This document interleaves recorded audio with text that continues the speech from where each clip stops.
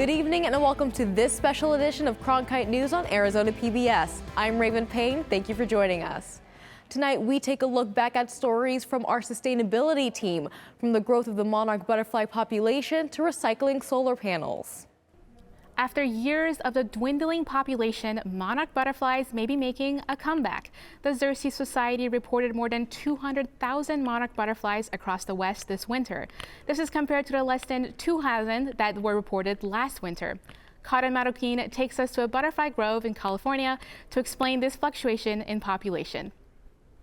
Here in San Luis Obispo, butterflies fly around and enjoy basking in the sun as their time at the grove comes to an end.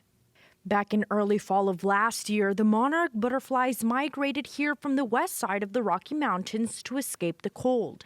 Next, they'll head back up north as far as Canada.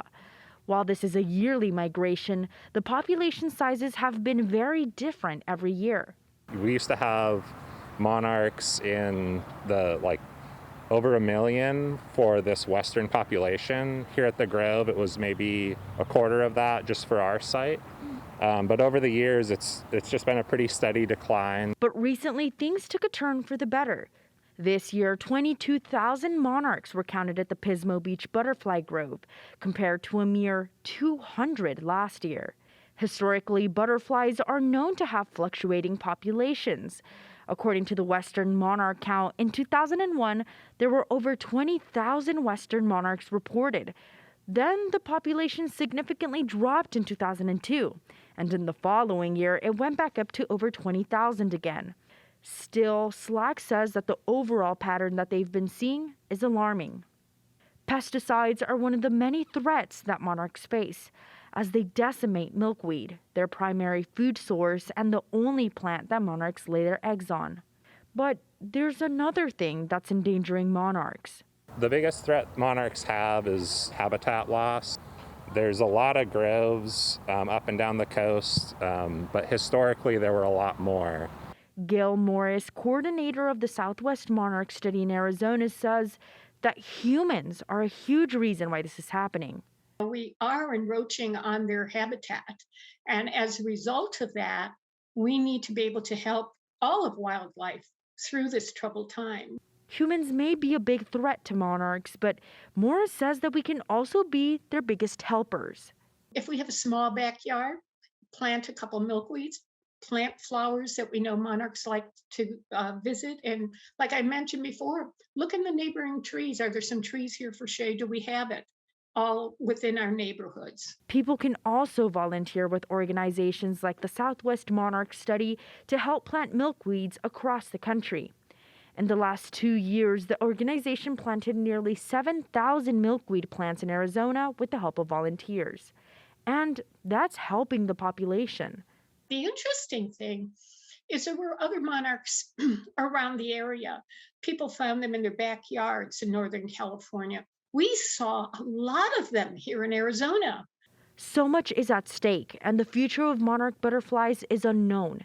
For now, they will continue fighting for their existence, one day at a time. In San Luis Obispo, Karen Marroquin, Cronkite News. 8% of Arizona's energy comes from solar. But what happens when your solar panels reach their end of life? Cronkite News reporter Peyton Major found researchers and a business that are giving old panels a new purpose. Solar panels are expected to contribute 8 million tons of waste by 2030, according to the International Renewable Energy Agency. So it's now more important than ever to recycle panels sustainably, and Arizona is one of the states leading this effort. So what happens when a solar panel reaches the end of its 20 to 30-year lifespan? Well, the last place it should end up is in a landfill. That's why an Arizona State University professor and his team are working on a technology to salvage the panel's precious metals, such as silicon, silver, and even lead. I am working on increasing the recovery rates of the lead. We don't want this ending up in our environment, in our groundwater, things like that. And with a $485,000 grant from the Department of Energy, Meng Tao is hoping to revolutionize the solar panel recycling industry using chemicals to break down high-value metals. We want to recover all the materials contained in solar panels, and then we can reuse these materials in making new solar panels. A We Recycle solar facility in Yuma salvages these high-value materials without chemicals. Normally, they process up to 2,500 panels a day, removing the aluminum frame and glass exteriors. However, issues related to the pandemic have workers recycling by hand. Supply chain issues have been very painful for us. We're on a 24-week delay that we just got informed about this morning for one of our main pieces of power equipment. Until their power equipment arrives, the team won't have fully automatic operations. The equipment is useful for breaking down materials to be used in solar panels. But we make it our goal to avoid landfill for at least 95% of what comes in the door here. While their plant in Yuma continues to recycle hands-on, Arizona State University will work microscopically to ensure solar energy remains sustainable.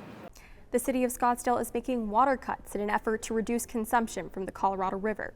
Cronkite News reporter Luke Vickery tells us where the cuts are coming from and who is being most affected. Scottsdale receives about 70% of its water supply from the Colorado River.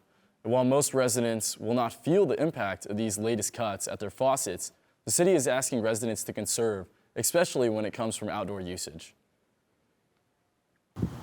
Arizona's brown landscape is due in part to 15 years of drought. Scottsdale is one of the first cities to decide it's time to make water cuts. Let our residents know that it's a serious situation. We have enough water for our residents, but we really wanted them to understand the serious nature of the Colorado River cutbacks. The seriousness of the drought does not just extend to people living in Scottsdale. Residents living outside the city can also be affected, depending on what kind of water systems are used on their property. Couldn't imagine not having water to our home. For the past decade, DeAngelis serviced her home with hauled water from Scottsdale. So you can see behind me, so I have hauled water out here. So a truck comes, delivers our water, currently getting it from City of Scottsdale, and then they fill our water tank. But as part of the Tier 1 water shortage stage, the city recently decided they will no longer service water hauling in her area, leaving her in need of a quick solution. This neighborhood is just a glimpse of what's to come for the rest of the state. Also part of Tier 1, the city itself is keeping their promise to cut back on its own water usage. Try to up our own game with a pledge of saving 5% at city facilities as well. The city of Scottsdale is working to better manage their water through areas like public parks like these. But the city can't do it alone. They're also asking residents to do their part in better managing their personal water usage. One way people can do that is by changing the landscape to xeriscaping, which requires little to no irrigation, something DeAngelis is already doing. Not watering big yards and grass and thinking what we're doing with golf courses and all of those things, we're going to have to get really creative to conserve water. Scottsdale may be the first city in Maricopa County to implement a Tier 1 water management plan. But if the drought continues, more cities could face similar cuts. The city of Scottsdale has only implemented Tier 1 of their drought management plan. But if the Colorado River drops in the next year, like it is projected, the city and residents may have to do more to conserve water. In the studio, Luke Vickery, Cronkite News. A new survey of bipartisan voters from 8 western states show that voters are increasingly worried about the environment. Luke Vickery breaks down how Arizonans specifically answered the survey. In the 2022 Conservation in the West poll out of Colorado College, voters responded to questionings concerning conservation, energy, water, wildlife, and other pressing challenges. They polled more than 3,400 people in western states to get an idea of what our communities think of our environment. Here's what Arizonans think. Experts say protecting an interconnected network of lands and waters will give us the best chance at curbing the worst effects of climate change. It seems most Arizonans agree, with almost 80% of them supporting a national goal of protecting 30% of America's water and land by 2030. Speaking of land, Arizona is mostly public land, and that may be one reason why 64% of Arizonans say they have visited public lands at least twice in the past year. Fire and drought is also a concern. According to the survey, 81% of Arizonans are concerned about more frequent and severe wildfires. That fits with what we have seen out here in terms of wildfires. The acreage burn in the U.S. has nearly doubled in the last 3 decades. Another big concern for Arizonans, water. According to the survey, 83% are concerned about drought and reduced snowpack. Another environmental issue is our energy consumption. Recently, renewable energy sources accounted for about 13% of total energy consumption. Yet 69% of Arizonans support slowly transitioning to only clean renewable energy over the next decade. The poll broke down results by ethnic backgrounds, and it showed voters of all ethnicities were almost equally concerned about the state of our environment. At the Google touchscreen, Luke Vickery, Cronkite News. When you're driving on the road, you've probably seen more of those blue license plates with clouds on them. Many of them are attached to the backs of electric vehicles, which are becoming more popular nationwide. And now a new bill in the state legislature could make it easier for owners to charge up across Arizona. It's like driving a remote control car. Oh yeah, so here he's really funny because you can have a fart. Let's see. For Patrick Callalang, his Tesla is more than just fun. Well, at the time I was, my wife and I, we were expecting a baby. And so I was researching on the internet, and that the Tesla was the safest car out there. So I got the Tesla just for the baby. Since he bought the car 6 years ago, he's seen a jump in the number of people who also own one. Probably no more than a dozen other people that have it. And there's more than just a dozen. In fact, 7% of U.S. car owners drive an electric or hybrid. Senator Victoria Steele of Tucson says Arizona is experiencing a wave of new electric cars. We've been hearing about the tsunami of electric vehicles. It's coming and it's going to be here. Prepare for it. Well, I'm here to tell you it's already arrived. Senator Steele sponsored Senate Bill 1152, which hopes to tap into the bipartisan infrastructure law to build electric vehicle charging stations across the state. In order to get this funding, the states have to submit a plan to the United States Department of Transportation describing how they intend to use these federal funds. That's it. According to Steele, Arizona could get around $76 million for electric vehicle infrastructure, which not only helps our economy, but also the environment. Very significant amount of greenhouse gas emissions relate to transportation. Ryan Cornell, a senior global futures scientist at Arizona State University, says more electric vehicles on the road decreases greenhouse gas emissions, but it won't happen overnight. It's not like you just snap your fingers and all of a sudden all those emissions go away, but there is a dramatic reduction in emissions when you go from a gasoline-powered vehicle to a electric-powered one. Senator Steele wants funding to come to Arizona and not our western neighbors. I'll be darned. We need that money here. For Callalang, having an electric vehicle is way more convenient. And that is another advantage, that I never go to the shop. Another bill sponsored by Senator Steele would set aside $500,000 from the state's general fund for electric vehicle charging stations at state agency buildings. The bill passed out of the Appropriations Committee on a 7-3 vote. Scientists are excited about a historic moment approaching for humanity. The Webb Space Telescope is expected to send its first images back to Earth. Cronkite News reporter Juan Uresti speaks with two scientists about the importance of what these images could reveal. When this thing got launched, it was just incredible. And what was even more incredible was when it got launched, everything has worked. You know, there's a lot of suspense going with checking things out when it gets up there, because if anything is wrong, you've got to figure out how to work around it. You can't fix it. But so far, fingers crossed, wood knocked on, everything has been working great. Webb is an infrared telescope with an unprecedented scientific power due to the size of its primary mirror and the extreme sensitivity and precision of its 4 scientific instruments, which help reach farther into space and explore more planets. We're going to understand better our place in the cosmos. We're going to characterize and maybe even find Earth-like exoplanets and understand them better. Do they have atmospheres like their own, or like our own? Do they have water in the atmosphere? Do they have oxygen in the atmosphere? Do they even have ozone in the atmosphere? If any of these 3 elements are discovered, scientists believe that there is a great possibility to find life in other planets. In Phoenix, Juan Uresti, Cronkite News. About 4 million passengers took to the sky from Phoenix Sky Harbor last year, and all those planes landing and taking off leave behind a carbon footprint. But as Cronkite News reporter Atria Maneshny explains, some airlines are starting to use sustainable aviation fuel to try and help. It's It's no secret people are back to traveling by air during the pandemic. Before COVID, 2 or 3 times a year, but today is the first trip in over 2 years. So. And some people have been traveling a lot. I travel about every 2 months or so. For some travelers, taking a plane comes down to convenience and speed. So I live in Florida, and my dad used to live in Virginia, and I had to choose between a 15-hour drive or a 2-hour flight. But as millions of people fly every year, there's an impact from carbon emissions. The aviation industry accounts for 2.5% of human-made carbon emissions. That's according to Our World in data. Why does this matter?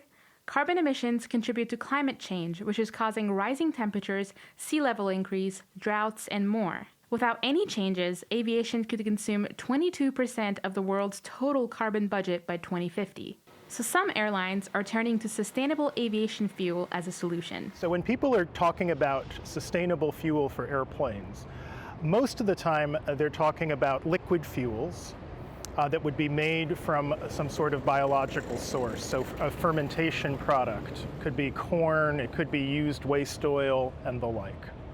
Sustainable aviation fuel is a drop-in fuel. That means it can be shipped and blended with traditional jet fuel. We're going to recirculate carbon atoms that already exist by having plant life fix carbon atoms into their cellular structure, and then we're going to brew that up into a combustible fuel that can be easily transported and then used to power an airplane. Airlines such as American, Southwest, JetBlue, United, and KLM, to name a few, have all made a commitment to use sustainable aviation fuel in their fleet. United made history as the first airline to fly a passenger plane on 100% sustainable aviation fuel in December of last year. In Phoenix, Atria Meneshny, Cronkite News. Growing crops under extreme weather conditions has been difficult for farmers, but some researchers in Arizona are working on an experiment that might help solve the problem. Cronkite News reporter Valeria Rodriguez tells us how a small weed can be the key. Carefully picking the most important part of the plant, student Cristian Salazar de Leon hopes to create a new variety of an Aropsis Tatiana. He is one of the students that are using this plant as a base for the experiment. But what we hope is that since it's a normal plant, whatever we can learn about it will be true for all plants. But I also want to say, it has more genes than we do. And we think that's because it needs to be able to sit in one spot and deal with all the different changes in the environment. Arabidopsis Tatiana grows under extreme conditions. Scientists believe Arizona is the best place to use as a model to explain how other plants can withstand the extreme weather. The world is going to be turning more and more like Arizona as our planet heats up. And so here is a fantastic place to study what the future environment will be. And so if we can understand how plants grow with limited water and really hot environments, and perhaps we can create new breeds and varieties that would be able to grow better. The goal of the experiment is to find new ways to grow crops in hot weather that can result in better harvests. The National Science Foundation awarded U-Arizona School of Plant Sciences a $3.5 million grant for this project. The really important thing about this grant and what makes it different and a bit unique is this collaboration between biologists, computer scientists, and engineers. And those are things that we have strengths in at U of A, and so we can bring the whole package to our partner universities. In Tucson, Valeria Rodriguez, Cronkite News. The project is expected to take course over the next 5 years, and the results can help other states with growing crops under extreme hot conditions. 4 days each February, birds take central stage as people all over the world share their bird sightings through the Great Backyard Bird Count. Cronkite News reporter Atria Meneshny joins us now. And Atria, how can people get involved? Today is the last day for this bird count, and you can be a citizen scientist by observing birds simply from your own backyard or your favorite park. All it takes to participate is a smartphone or a computer and some love for nature. The Great Backyard Bird Count started with one simple question posed by the National Audubon Society and Cornell Lab of Ornithology. They were curious that if we created a project and some simple tools that invited people to tell us what birds they were seeing, whether they would tell us. The answer was an overwhelming yes. People loved sharing their bird sightings so much that the Great Backyard Bird Count is now celebrating its 25th year. The data is interned on eBird. It's a citizen science tool used to track bird trends. What we're seeing, general patterns are birds' ranges are expanding and or changing. And a lot of that expansion might be related to climate change, depending on the species that we're looking at. Here in Arizona, the state is home to more than 500 different birds. Arizona is at the convergence of many different vegetation zones. So we have the Rocky Mountains, the Sierra Madre from northwest Mexico, and also 4 different deserts. Some birds in Arizona, like the mountain bluebird and the Clark's nutcracker, may lose their current range due to climate change. They could be forced to find a more suitable habitat. That's according to the Audubon Society. I know that in terms of the Hassayampa River Preserve, where I've been for 4.5 years, and even before my time here, we've had multiple species that have been moving northward with climate change. The main goals of the Great Backyard Bird Count are to unite new and returning birdwatchers around the world and to help scientists gather valuable data. As of Sunday morning, more than 6,100 unique species of birds have been observed during the count. You can see the bird hotspots coming in on the real-time map by eBird. Tonight is the last night for the bird count, and it wraps up at midnight. So go on out and find some birds to report on. In downtown Phoenix, Atria Menechny, Cronkite News. We all know trees are a precious resource to the valley, providing shade and helping to clean the air. Peyton Major tells us about a program that is working to get rid of some safety hazards and bring more green to our cities. The city of Peoria is about to look greener. Salt River Project began planting trees this week as part of their Right Tree, Right Place program. Our mission was to remove trees that were encroaching on SRP's overhead power lines. For every tree we removed, we replanted with either 3 24-inch box trees or 6 15-gallon trees. Professional arborists dig in to plant 50 trees in Peoria's Pioneer Community Park. Peoria City arborist Ryan McCartney says they have lost some trees here in the past. And these trees will be placed in areas that will help reduce that urban heat island effect, cool the pavement, a place for people to recreate, sit underneath the trees in the shade, and enjoy the park and the amenities that it has to offer. For 6 years, the program's employees have planted native trees across Arizona. And by April, Peoria will have 500 new trees in parks and community spaces. We are planting trees much like the one behind me here. This is recently planted today. This is a red push pistache. The planting process includes hand digging a large hole, which creates better airflow than mechanical tools.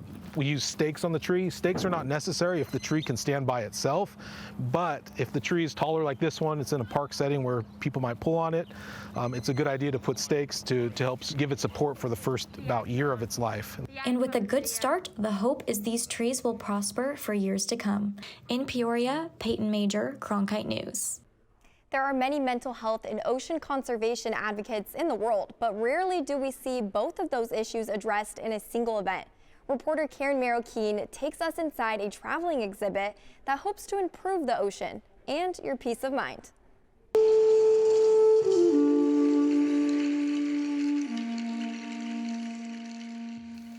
The sounds of the ocean fill the room with tranquility and joy as people lay around absorbing the ambience. By combining ocean sounds and art, Joshua Sam Miller, musician and co-creator of Sounds of the Ocean, says he's bringing awareness to ocean conservation.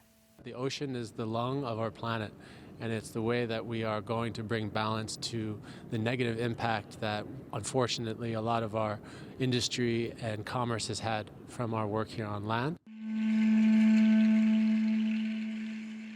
Each year, billions of pounds of trash and debris enter the ocean through human activities and human errors. Just last year, around 126,000 gallons of oil spilled into the ocean after a pipeline ruptured off the California coast. Miller hopes that his work will inspire people to be more mindful of the ocean and find more inner peace in the present. One of the things we know is that the more present we can be with our thoughts and our feelings, the more relaxed we can be. And oftentimes then that makes us feel a lot better. Nowadays, caring for mental health matters more than ever. According to the American Psychology Association, in 2021, nearly 1/3 of adults said they were so stressed about the pandemic that they struggled making basic decisions, like what to wear or what to eat. Aaron Krasno is the Associate Vice President and Director of Arizona State University's Health and Counseling Services. He says that while these types of events are great to relax the mind, he also wants to remind everyone that, like, all the people who benefited from an activity, they may have benefited in that moment, but if they don't put that into practice, it won't have a major change in their life. It'll just have felt good once. Instead, Krasno suggests relaxing the mind a couple of times a week to reap the long-lasting benefits. The research is clear, though. People who participate in these mindful activities, because that's really what it is, it's a mindfulness practice, have better outcomes for their mental health, for their physical health, for their relationships.